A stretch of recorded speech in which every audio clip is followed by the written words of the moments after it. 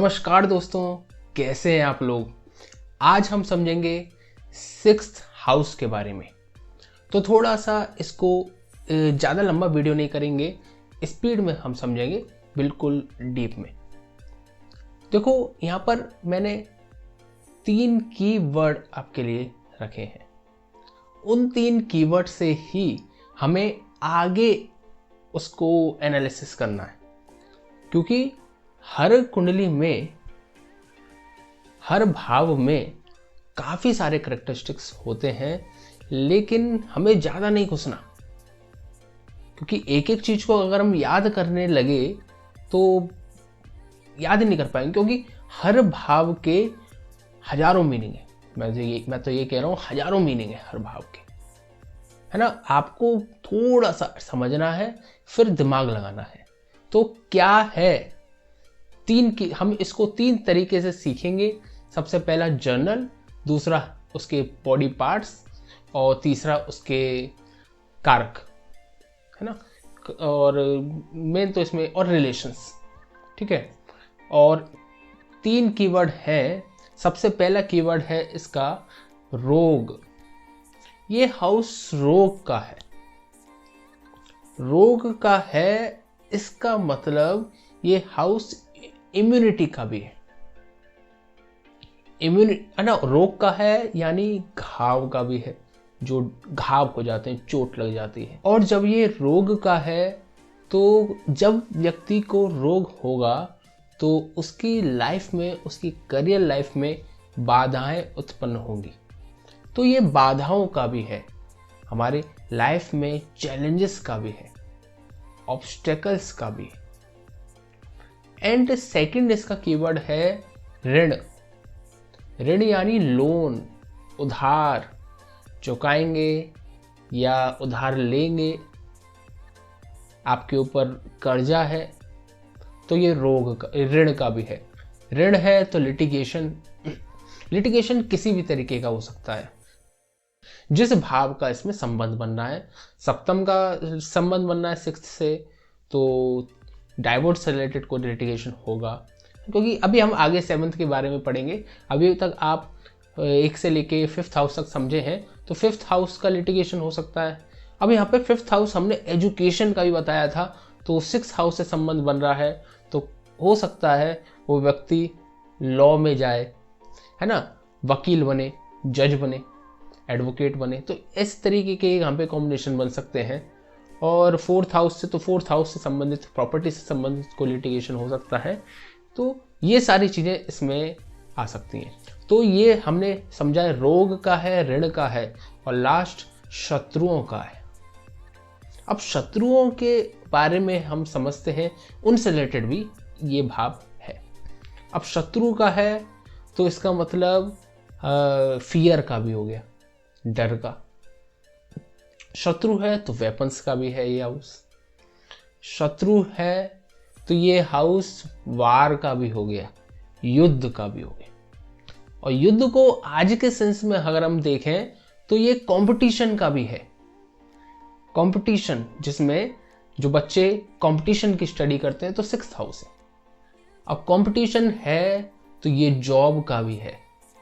जो हम जॉब करते हैं उसमें भी तो कंपटीशन है, कौन आगे जाएगा। बिल्कुल लूप, रेट रेस इसका भी हो गया ये, है ना। और वार जो भी ये जो चल रहा है यूक्रेन और रसिया का, इसमें भी 6th हाउस से संबंधित कुछ ना कुछ होगा, है ना। एंड ये जॉब का है तो सर्वेंट का भी है, हमारे ये नौकरों का भी है, नौकरी का भी है। तो रोग, ऋण, शत्रु से और जितनी चीजें आप सोच सकते हो, ये उनका है।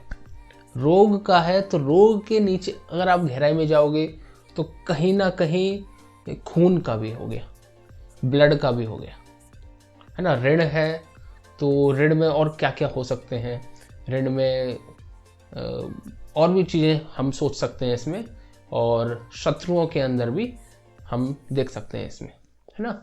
अब यहाँ पे थोड़ा सा हम, और वैसे तो देखो इतना ही इसके लिए काफ़ी हो जाता है। कोई हमसे लिटिगेशन पूछता है तो 6th हाउस देखते हैं, देखो ये एक एस्ट्रोलॉजर की एक जॉब है ये, कि कोई लिटिगेशन पूछ रहा है तो 6th हाउस पर नज़र जानी चाहिए। कोई अगर डाइवोर्स के बारे में पूछ रहा है तो भी 6th पे नज़र जानी चाहिए। कोई अगर जॉब के लिए पूछ रहा है तो भी, कंपटीशन के पूछ रहा है तो भी, कि मेरे को इस कंपटीशन में क्लियर होगा नहीं होगा, है ना। और ये सारी चीज़ों के लिए हम 6th हाउस, और रोग, है ना, रोग किसी कोई भी रोग हो सकता है, तो उसके लिए भी हमें 6th हाउस पर नजर जानी चाहिए। अब हम इसको थोड़ा सा डीप में आगे समझते हैं कि भवत भावम के हिसाब से ये जो 6th हाउस है ये 10th हाउस का नवम है और 9th का 10th है। अभी हमने 9th और 10th के बारे में आपको बताया नहीं है, लेकिन फिर जस्ट एन आइडिया, एक हिंट है कि 9th हाउस हमारे भाग्य का होता है, हमारे पिता का होता है, एंड 10th हाउस भी हमारे कर्म का है। तो जब कर्म, कृष्ण भगवान ने क्या कहा है कि कर्म करो, फल की चिंता मत करो, लेकिन हम कुंडली में फल भी देख सकते हैं कि फल मिलेगा या नहीं मिलेगा, है ना। तो कुंडली में 9th हाउस, 10th हाउस हमारा कर्म है, तो 9th हाउस हमारा फल है। तो कर्म का फल 6th हाउस है एंड 9th का 10th है, यानी हमारे 9th हाउस फादर का भी होता है ना। तो फादर का कर्म। अब एक और चीज इस पे थोड़ा सा गहराई में आप समझे कि 6th हाउस हमने बताया आपको, 6th हाउस होता है हमारे रोग, ऋण, शत्रु, और साथ में हमारी कंपटीशन, हमारी जॉब का, हमारी जो ऑब्स्टेकल्स आ रही लाइफ में उसका, हम जो मेहनत कर रहे हैं, है ना, जो फिजिकल मेहनत कर रहे हैं उनका भी। 6th हाउस टॉर्चर का भी होता है, जो हमें, क्योंकि ये हम सर्वेंट का है तो हमारे ऊपर कोई ना कोई होगा, तो ये टॉर्चर का भी हो गया। अब आप देखें हमारे पिता का कर्म किस पर, हमारे पिता का कर्म डिपेंड करता है हमारी मेहनत पर।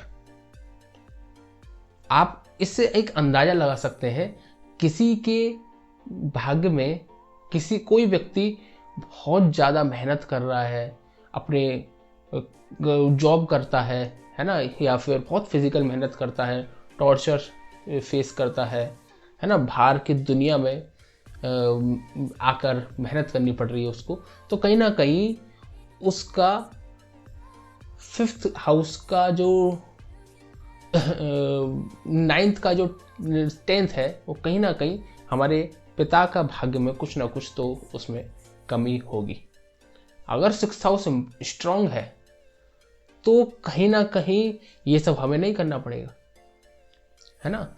और एक चीज और देखें यहाँ पे आप भवत भवम में, कि 5th का 2nd है, यानी 5th का 2nd है और हमारा 6ठा है, हमारी जॉब है, हमारा, है ना। तो हमारी मेहनत है, हमारी फिजिकल मेहनत है। तो आप देखें हमारी फिजिकल मेहनत डिपेंड करती है बच्चों का 2nd, यानी बच्चों का धन, बच्चों का एजुकेशन। अगर हमारा 6th हाउस वीक है तो कहीं ना कहीं बच्चों की एजुकेशन में, बच्चों के फैसिलिटीज में कमी आएगी। जो हमने 2nd हाउस के बारे में बताया, तो 2nd हाउस है धन, कुटुंब, वाणी का, तो कहीं ना कहीं उसमें वो कमी आएगी। 6th हाउस वीक है तो, और 6th हाउस वीक है हमारा, तो कहीं ना कहीं 9th हाउस में भी कुछ ना कुछ कमी दिखेगी। पिता के कर्म, भाग्य में भी कोई ना कोई कमी होगी, है ना, कर्म में। तो इस तरीके से भवत भावम में हमें बहुत और भी चीजें देख सकते हैं। 7th हाउस का 12th है, तो ये डाइवोर्स का भी होता है 6th हाउस। तो आप देखें कि कुंडली में 6th हाउस में एक बैड वाइब्रेशंस बहुत सारे हैं, बैड रिजल्ट्स, खराब रिजल्ट्स बहुत सारे हैं। तो इस तरीके से हम 6th हाउस के बारे में देखेंगे। नेक्स्ट अगर हम बात करें तो 6th हाउस रिलेशन में मामा का है। हाउ? फिर 4th हाउस हमारे मदर का है तो उनसे छोटे भाई। 3rd तो यानी हमारे मामा का है, सर्वेंट का है, नौकरों का है, एंड इवन पेट का भी है। घर के पालतू जानवरों का भी 6th हाउस देखा जाता है। एंड आगे हम बात करें बॉडी ऑर्गन्स में, तो बॉडी ऑर्गन्स में आप थोड़ा सा आप देखें 5th हाउस हमारा पेट था, तो 6th हाउस उससे नीचे का पार्ट जिसमें हमारा एब्डोमेन आ गया और पूरा नीचे का पोर्शन ऑफ स्टोमक आ गया, हमारे पेनक्रियास आ गई और लिवर भी आ गया। तो इस तरीके के ये सारे इसमें आ जाते हैं। और 6th हाउस का जो कारक होता है वो होता है शनि और मंगल। शनि हमारे जितने भी ऑब्स्टिकल्स हैं 6th हाउस में, रोग और ऋण है, तो ये सैटर्न बताता है। और शत्रुओं के लिए हम देखते हैं मंगल, तो ये मंगल बताता है। तो इतना ही है 6th हाउस के बारे में। आशा करता हूँ आपको 6th हाउस के बारे में ये वीडियो बहुत इन्फॉर्मेटिव लगा होगा। अगर आप इस चैनल पर नए हैं तो इस चैनल को सब्सक्राइब करें और बेल आइकन को ज़रूर दबाएं। बहुत बहुत धन्यवाद।